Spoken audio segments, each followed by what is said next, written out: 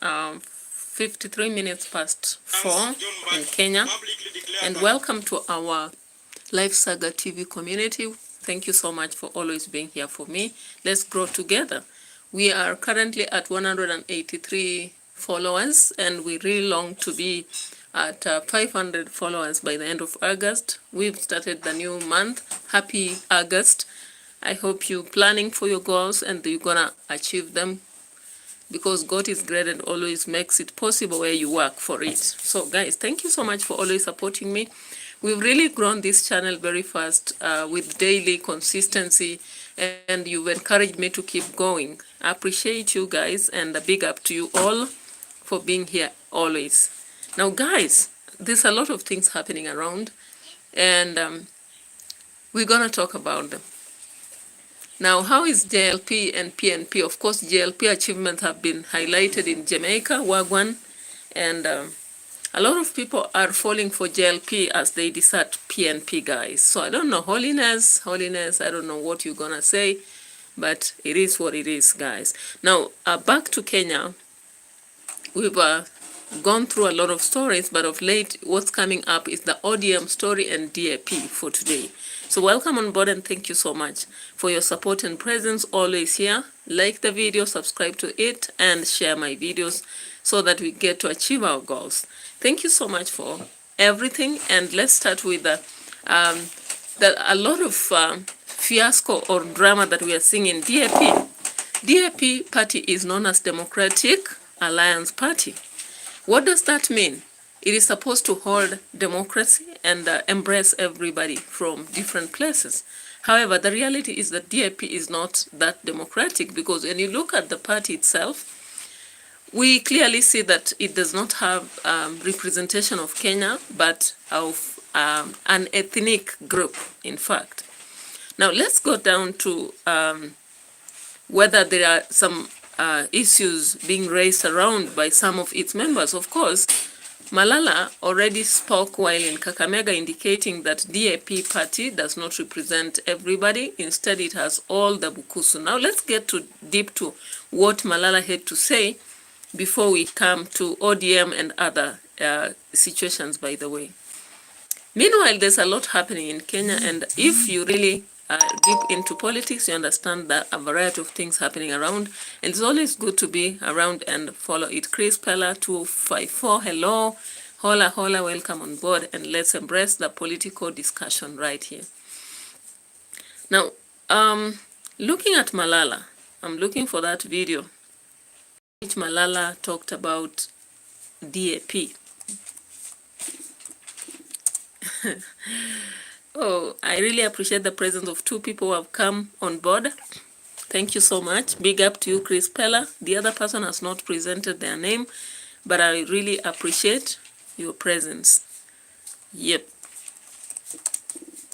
So let's check on democracy in DAP. Do you think DAP party has democracy as it should be, or as its name claims? Sometimes we talk about democracy, but I look at situations even surrounding our workplaces, and I just I find it funny. People talk about democracy, but even to the lower level of institutions, they don't want people to say what they think and to, state things as they are. Sometimes when you dare do that, then you are labeled an enemy of progress. I don't know how this will actually be impressed in Kenya to enhance that, the history of change or anything like that. So today we are focused on the democracy in DAP, democracy aspect, and we are just checking into, the kind of collaborations we are seeing among the leaders in Kenya. And of course, we are mentioning a little bit about Jamaica and PNP, JLP, as they go on for campaigns, and yet to have the day mentioned. Alice channel, welcome so much. Thank you for coming on board, and consider liking the video, consider subscribing to the channel if you've not done so. Hi Alice channel. That means that you have a YouTube channel known as Alice channel. All right. So thank you so much. Big up to you, Alice channel. Chris Pella, thank you so much. Our topic today is democracy. And how mature is our democracy, guys? And we'll be showing clips and discussing, or rather looking into the aspects of what is happening around us. All right, Alice Channel says yes, so I'll be checking on that after this. And so thank you for the likes. I've received two likes, and I appreciate, because our target today is 20 likes. And thank you for your presence here. So let me check on Malala talking about DAP. DAP party is known as Democratic Alliance Party. And it seems that there is no democracy in that party so far. Why? The party is represented by specific leaders from the Bukusu ethnic group. Talk of Mohisa Kitui, talk of Hamina. Is it Hamina or Wamunyinya? Wamunyinya. Talk about Eugene Wamalwa and NATEMBEYA. So there is a mentioning of people like Malala. Malala came up talking about the deficits in DAP party, and therefore NATEMBEYA listened at this, and he has come out loudly talking about the need to rebrand that party so that it has a representation from all parts of Kenya. Because currently, if you really want to put a candidate, a presidential candidate on table, you cannot put a presidential candidate as an ethnic group. People are against this politics of ethnics, and politics of a tribe. We are now going beyond that, so that we have to be represented by a leader who understands the entire Kenya, so that this leader can sort problems from different regions, not just looking at the perspective of maybe the problem in Western is sugarcane, then they focus on that and forget about those who have tea problems in Gishu or Rift Valley, those who have maize problem in Trans Nzoia, those who have sunflower problem in Narok, those who have things to do with the Savo Park in Taita Taveta, those who have problems to do with the minerals in Coast, and those who have problems to do with the animals right there in Northeastern Province, and maybe those who have problems to do with water in Ukambani. So we need actually a leader who will be understanding different regions, different problems, and is ready to go there and solve the problems instead of focusing on one area. And that is why DAP, that is Democratic Alliance Party, is into a clash with leaders questioning whether it's really democratic. So let's look at Malala talking about DAP and its representation, guys. Now, remember, when a party gets to have such conflicts that are being raised, there are very high chances that people will fall out. Some will walk away and go form other parties, or they join other parties or do something else. And that is exactly what we are seeing in DAP. So let's just check on something here, what Cleophas Malala said here. It's a short one, so just give it an earring here.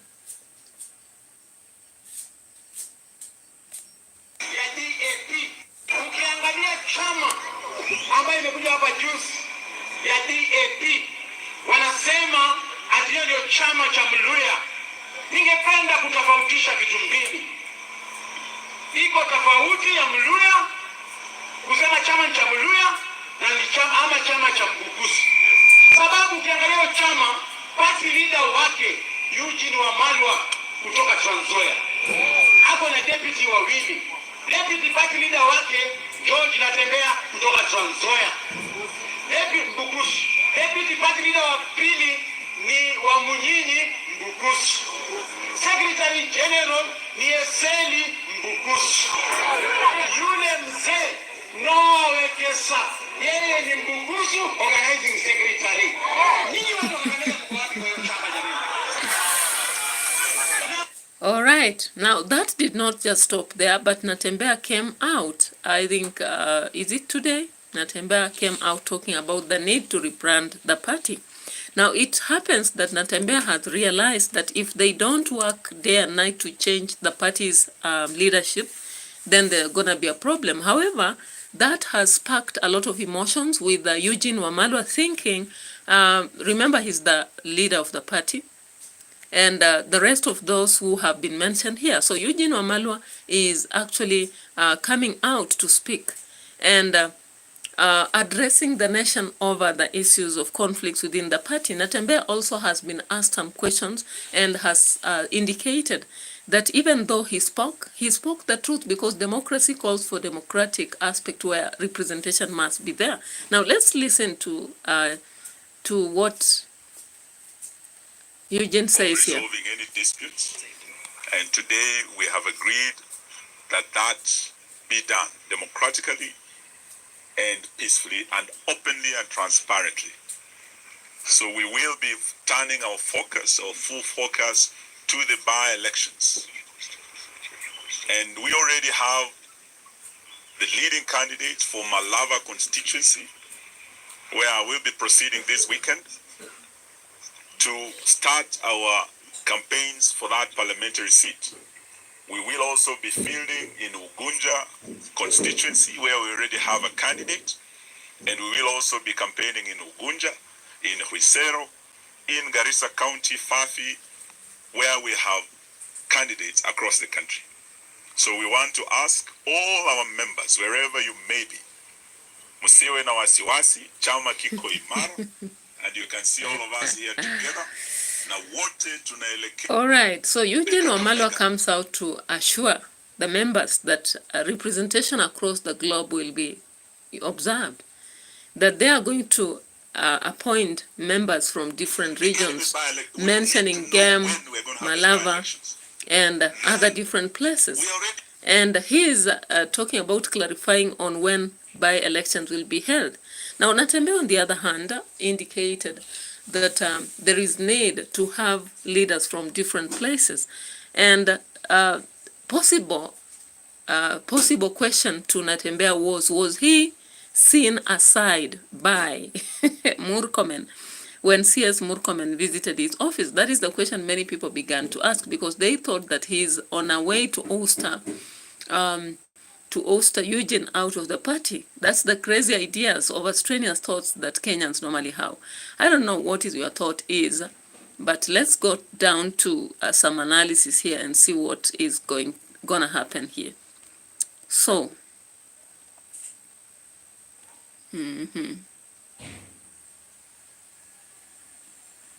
where's this?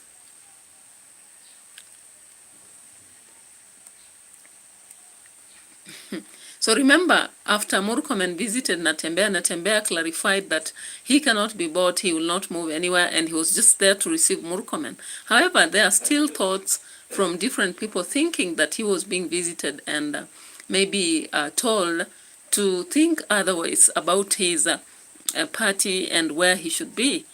Those are just perspectives around the globe, and I don't know what your thought is. And do you think DAP will really allow anybody else to come in as a leader when already they have so many members from Trans Nzoia leading in the party? That's the question we have to ask.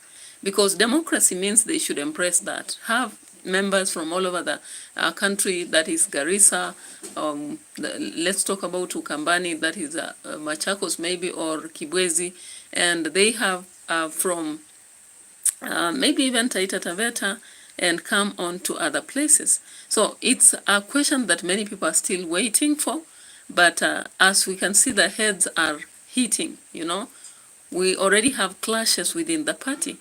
And the reason why there are clashes is the different ideologies of the different people within the party. Anyway, so let's come back to a different aspect of Kindiki. Guys, Kindiki seems not to be recognized by both the local and the international bodies. Now, recently, if you watched this video, let's start from the end. If you watch this video, I don't know what thoughts you have about this. Kindiki was actually gifted three, how do I call them? Three, we call them kamisi in Kiswahili. In English, petticoats. Kindiki was gifted 3 petticoats in a whole event. And I looked at that and said, all right, even if he has to be gifted this, I wish they were just sealed. Why did this happen in Gatundu North? Let's just check on this, you know. I didn't understand. If anybody around you understands what that meant, you can make me, see through it. But in my lens, I thought that that was a sign of, disregard, or rather, I don't know. Maybe different cultures have different ways of interpreting this. But how does a whole deputy, president go to a place and then people come out and give 3 petticoats? And he had gone there alone, not with the wife, So let's check on this video briefly.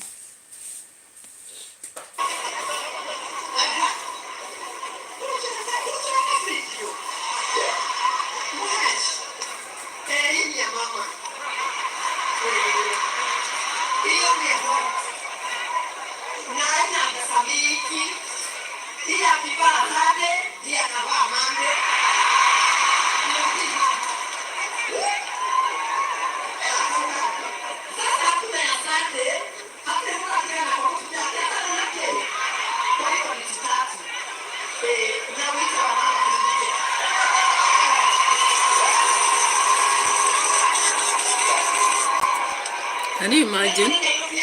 That happened in Gatundu North, where Kithure Kindiki, the vice president, was given 3 petticoats for the wife. And it really doesn't stand well with me. Maybe if you have different opinions, you can type on the comment section below as we move back to check on something else, So, of course, Kindiki has been proving his elegance. We saw that in Machakos. We saw that elsewhere.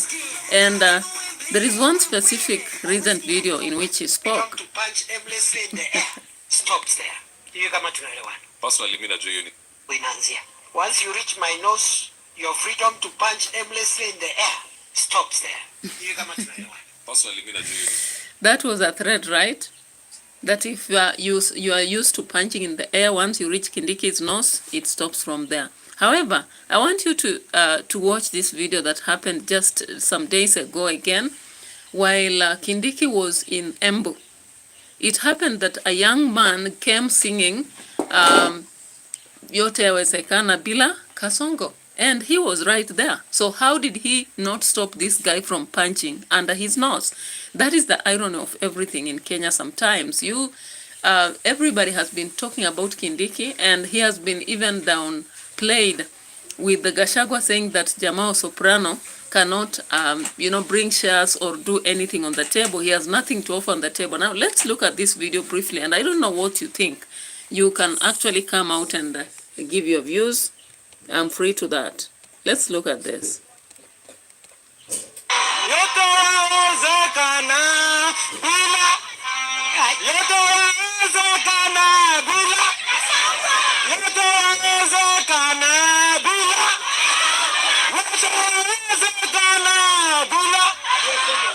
Your Excellency, mimi ni kiongozi wa vijana Meru.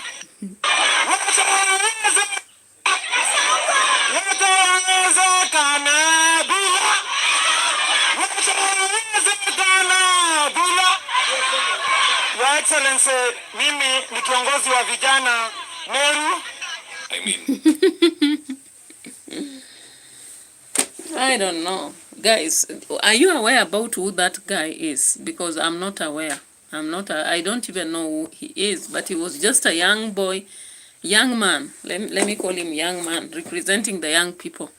And he was singing that at the nose of Kindiki, and Kindiki would not do anything. He tried to stop him, but the guy continued. So that means that Kindiki is not respected even back at home. That was locally right there in Meru, right? Now let's see another video here.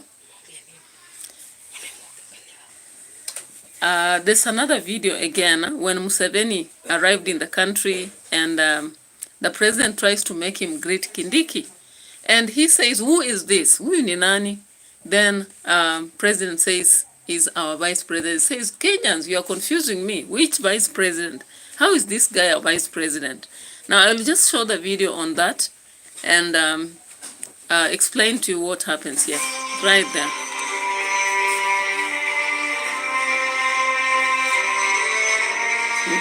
That is Museveni arrives, greets Ruto.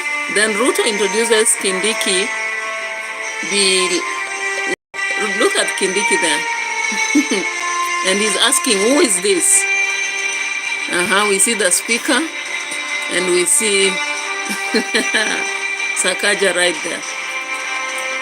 So then, immediately after that, Professor Kindiki had an engagement in Meru. So Museveni actually did not understand who this guy is.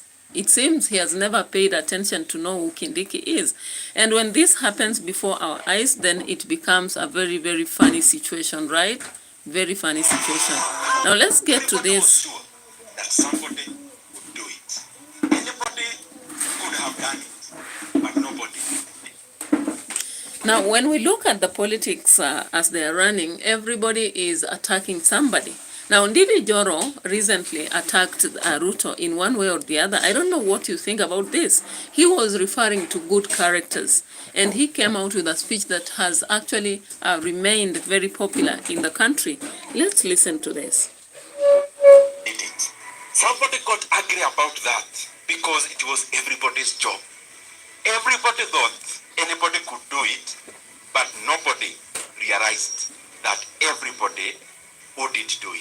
It ended up that everybody blamed somebody when nobody did what anybody could have done. Shout harder for our parents to know that I will be that somebody.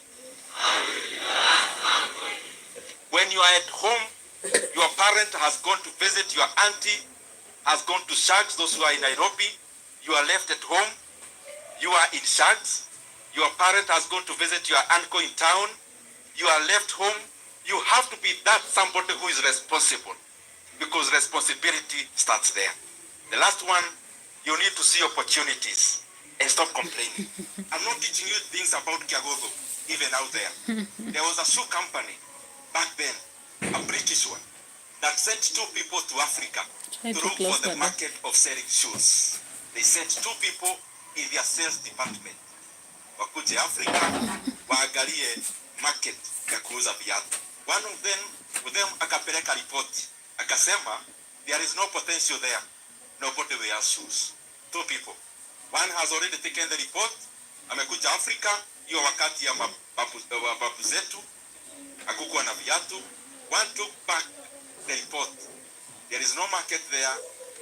Yeah, guys, so Ndidi Nyoro came out to give the very long speech, possibly to show that the leaders currently are not playing their role. And I don't know what you think about the entire thing anyway, you know. And let's now move away from that. Let's move away from that and talk about the current state of affairs of Babu in ODM. So ODM has been this party which holds, you know, it holds cultures, conservative cultures, and they keep saying Baba is everything. If Baba says we turn right, we turn right. If Baba says we turn left, we turn left. Until some Kenyans thought it's a ritualistic group. However, since the broad-based government, many people now talk about ODM as an opportunistic, you know, party that is not actually there to represent the people or run for their interests, but protect their own. And let's hear this about Babu. Babu was on Kameme FM, and that's what he said. Wakati wa Kibaki nilikuwa student leader 2011-2012. Nilikuwa student leader. Hiyo wakati wote nimesupport Baba. Nimemsupport mpaka 2022. Mimi mwenyewe nilikuwa kwenye presidential campaign. So ulianzia na yeye 2011? 2011. Wow. Yes. 2010 nikitaka kiti. Enyewe uko mkoroyo. Nimekuwa loyal kwa mzee na kulima tutasoma leo. Na sisi kwa kimila yetu lazima tuheshimu wale ambao wako mbele yetu kiumri. Yes. Hata yule ambaye ako mbele yako na mwezi moja ama mwaka moja lazima umheshimu. Hata wale ambao wako chini yako kiumri pia lazima uwaheshimu. Yes. So mimi nimelelewa kuheshimu wale watu ambao wako mbele yangu. Baba amekuwa kiongozi wangu wa ODM na ninamheshimu kama kiongozi wangu wa ODM. Yes. So heshima yangu iko na unaweza pata hata kwa familia kunakuwa na shida. Utapata saa kidogo baba na anapigana na mtoto mwingine, mama pia sikizani na mtoto mwingine, ama watoto pia wanagwaruzana hapa na pale. So hiyo ni kitu ambayo inaweza kuwa kwenye familia. It's normal. Hata sisi kwetu. Kitu normal. Kitu yenye sio normal ni kwenda kuchukua mtoto wa jirani umsupport, na unawacha wako kwanza. Na huyu wako pia alikuwa akienda kuwinda kuleta chakula nyumbani. Yes, but baba naye bado nitamheshimu. Heshima. Guys, that tells you something about Babu. Babu is loyal to ODM and the entire group that sits under it. However, he is doubting that Raila is actually representing them, because according to him, Raila is supporting the, helping a neighbor's child while letting his own, hunt without direction. So Babu has clearly shown that Babu currently, not Babu but Baba currently is not with them. He is there supporting the government, but he has left his legacy and his people within his party, without direction. To some point that some of them are now being embarrassed. We have seen what has happened to Sifuna, and we are still seeing what is happening to Babu. It's like, Raila is behaving like this friend that is always smiling around you when you've not gone beyond them, Like if luck has not got you, you are not so lucky, they'll be there smiling and saying, hi, I wish you well, thank you so much, congratulations. But when they realize you are doing better than them, then they want to, they want to end everything. They frown, For those who have listened to the musician, there is a song that says, rafiki yangu ananichekea wakati wa shida, lakini wakati nilipomwambia nimefaulu, hakuweza kuchukua hata simu yangu. So that's exactly what is happening here. So it's like Raila does not want to see Babu standing on his own, making it successful. And currently, of course, when I look at Babu has won the heart of Nairobians and many young people. When he speaks, they support him. We saw how it happened in Ojwang's funeral. People demanded that he speaks. And so many people who are jealous started saying, who is Babu? He has been just picked from university and groomed. So does it mean if somebody grooms you, then you don't have to talk? You don't have to wish that they should do better? So that is exactly what is happening. Now let's look at what the People's Liberation Party has to say. And remember, Kalonzo Musyoka has been on the limelight. He is once known to be watermelon. So people are on his head and they're trying to prove whether he will walk out from the government, from his party, that is Wiper, to the government and support Ruto, or whether he will not. And he, in the morning, I was watching some videos, and Kalonzo is like, wanafikiri mimi siko available. And we hope that the drama continues so that we don't have a weak opposition. We should have a strong alliance opposition. So let's hear this. The Secretary for Finance, John Mbadi, publicly declared that Kenya can no longer sustain free primary and secondary education. The proposed cuts to capitation and demand that Kenyan parents pay more for the education is an affront to Constitution, having been entrenched in Article 43(1)(f), which guarantees the rights to education for everyone, while Article 53(1)(b) specifically ensures every child's right for free and compulsory basic education. Hence, defunding education is not only insensitive but unconstitutional. We implore. Guys, let's get to more drama here.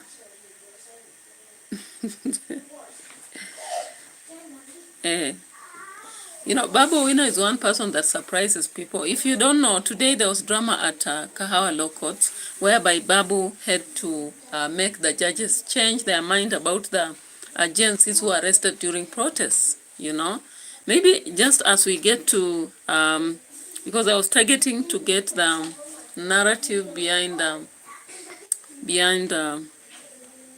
Kalonzo Musyoka. But before that, let's just look at this. Advancement, guys. all the accused, save for the sixth accused. To thank you very much for the ruling.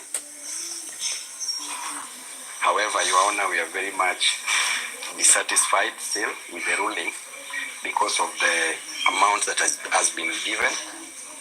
And the reason why we are saying so, Your Honor, is because of the miscellaneous application number E053 of 2025 before your sister at Thika High Court, that is Lady Justice Florence Mushemi, who gave a cash bail of 30,000 Kenya shillings on an unproven charges of robbery with violence, Your Honor, which is a capital offense. And in our matter here today, Your Honor, the charge is terrorism, which is not a capital offense.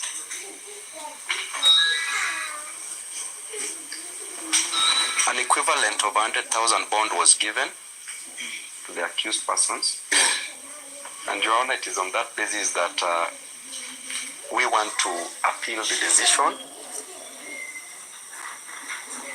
As you rightfully put it, Your Honor, that the accused persons before you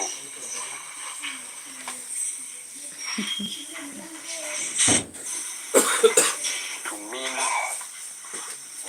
that we can say that it is pre-trial detention, Your Honor, because if you look at even... All right, so as we wait on that, let's get back to Kalonzo Musyoka proving that he's not easily going to be lured into the government. Because many people have been thinking that Kalonzo Musyoka will easily be courting, with the government. And I particularly refer to people like Lekwini, who had earlier on did some analysis, noting that possibly we are going to see the wave of Kalonzo Musyoka working alongside the government in the inevitable 2027 elections. So let's get to see whether this will really happen. And what did Kalonzo Musyoka say? Because Kalonzo Musyoka is standing against that and saying that that will not happen. And so this drama goes on after Ruto. Ruto himself indicated that Kalonzo Musyoka should get to the right direction. Let's listen to this. Naweza kuingia serikali aina hiyo. Afadhali kwetu Sekuru pande hii. Niwe na roho safi, because I can't. My conscience will not allow me. For the love of this nation, we will stand. Hata William Ruto anajua Kalonzo atakuwa mpinzani wake. Hiyo anajua wazi. Anajua hiyo. Na kuna mengine wazi. Kuna mengine aliyo wazi. Mwenyewe alitamka huko Homa Bay. Akasema rafiki yetu Raila akienda AU inaonekana atabaki na Kalonzo. Akaanza kucheka. Endelea rafiki yangu. Habari ndio hiyo. Na tutaanguka nao. Kalonzo promises kuanguka nao. Kuanguka nao. Tutaanguka naye. Hakuna, tuseme ukweli hapa. Tutoke hapa tukijua Kalonzo amesema ataanguka na... Yeah, so Kalonzo has promised kuanguka now. That is a common saying in Kenya, which means that you will have to go with the riang or flow with the vibe till the end. So he promises not to quit and join forces with the president of Kenya, Ruto. Now, meanwhile, what does Ruto think? Let's look at this. Ya kwamba kulia kushoto mbele na nyuma lazima usimame rais. Hiyo si mbaya. Lakini unajua hata mimi niliambiwa hivyo.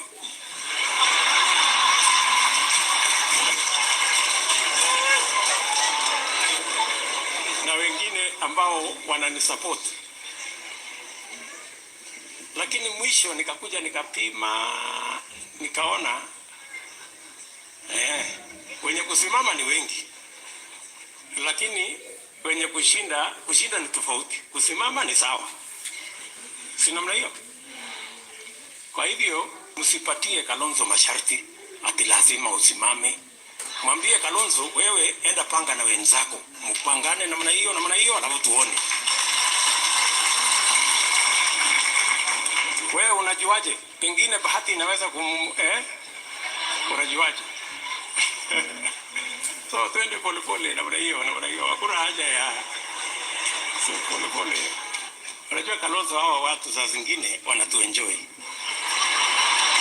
Kwa sababu mtu anakaa hapo anapima, anaona bora Kalonzo anasimama akuwe rais, mimi nitapata kiti yangu ya bunge, mimi nitapata kiti yangu ya senate. Akikosa apate, hiyo ni juu yake.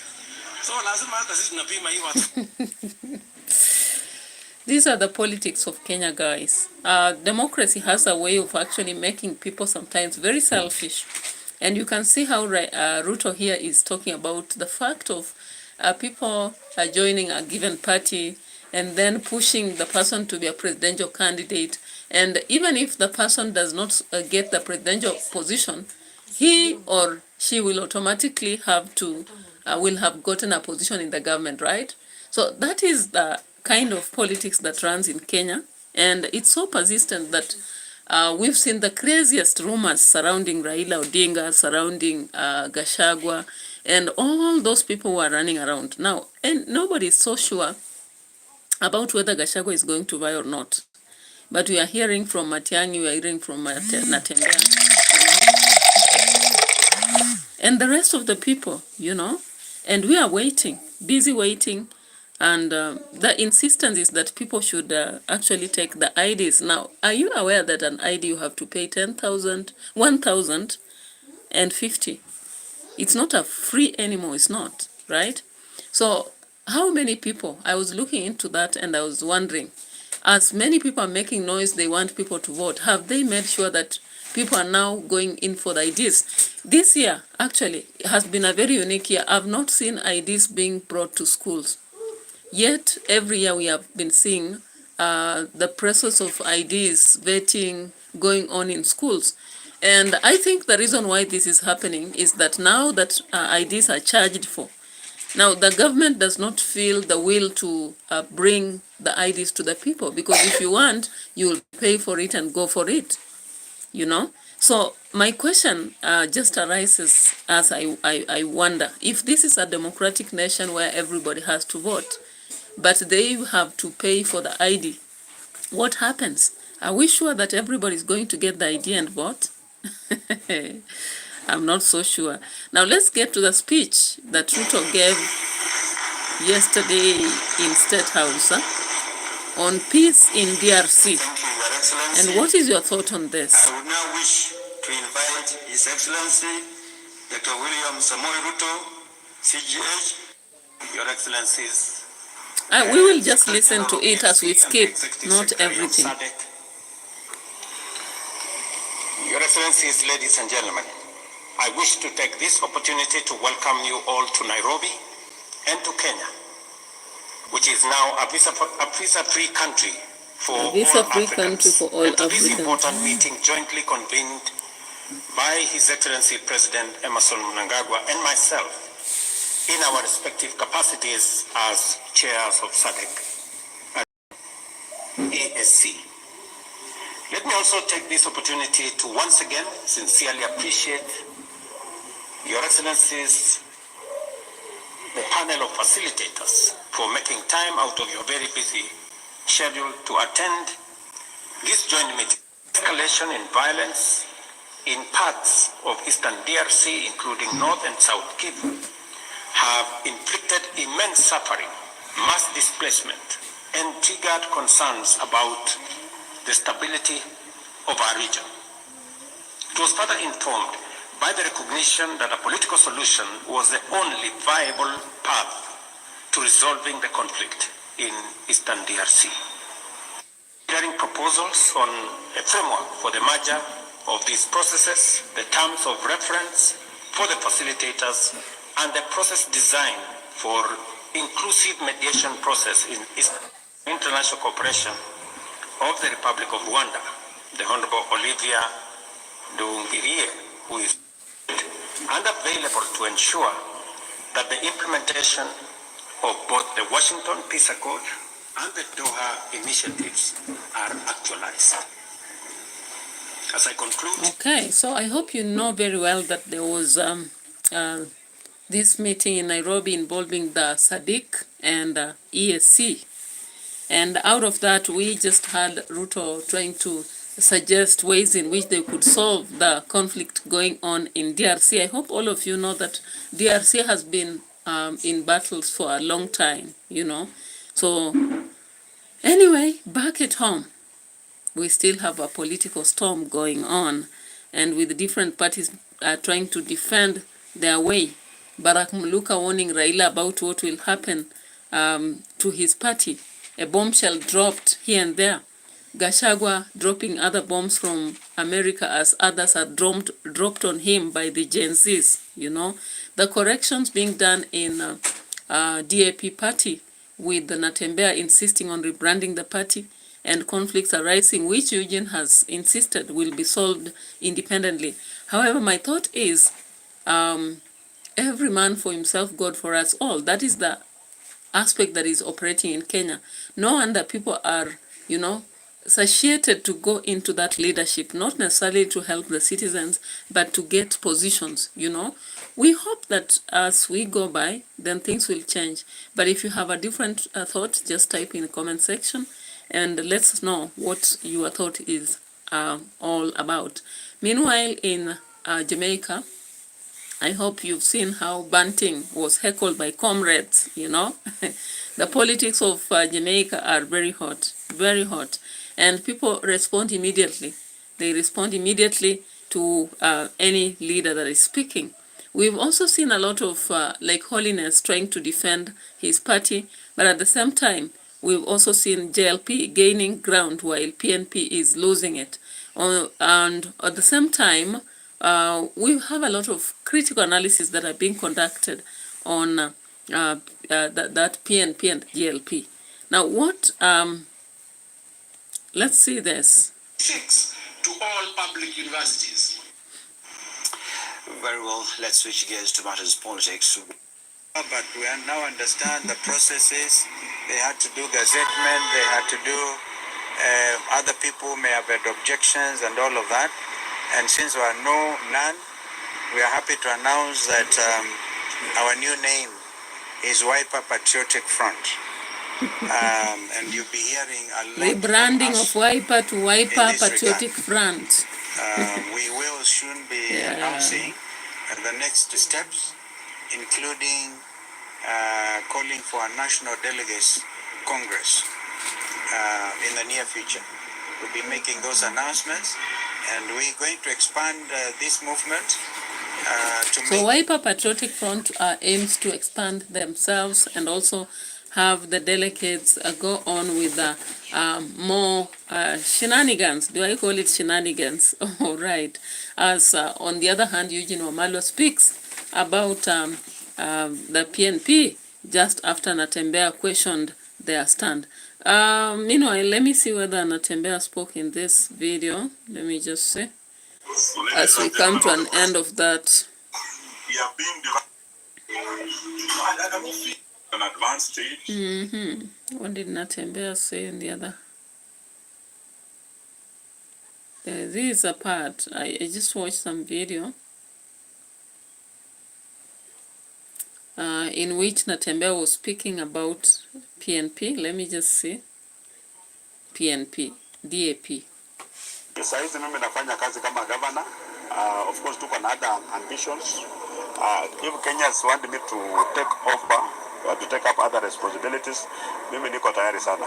Na mimi nafikiri miaka yote ambayo nimekuwa kwa serikali nimekuwa na prepare for something to give back to Kenyans now. I'm giving back to Trans Nzoia and I can translate that to the Kenyan nation. Ile mambo mnasikia kelele kidogo kwa chama cha DAP is about wala ambao conservative na wala ambao wanataka wa liberal, wala ambao wanataka rebrand. kurebrand chama ili chama isikuwe labda ni ya magharibi peke yake, tuanze kuwa na other voices, because politics is just about Western Kenya. So hiyo ambayo ndio challenge tuko nayo. Wale ambao wanataka chama kikae vile kilivyo, na wengine wote ambao wanasema hapana, wacha tufungue milango kwa watu wengine pia waingie kwa chama, tupanue, because we believe DAP iko na potential. Hakuna two teams, hakuna there are no two teams. The party does not belong to me, or does not belong to the party leader. The party belongs to the people. Sindio? Kuna wanachama, kuna party structures. Why do we have to solve? Kuna goro watu wetu sababu gani na chama kinaweza kuamua kuna structure to solve those issues. We are going to have those issues resolved and the party is going to remain one. Haita split. Lakini wananchi wako united. Wanajua mahali wanaenda. So mtu akikuja na agenda ambayo is outside ile agenda ya Western. Wananchi That is it.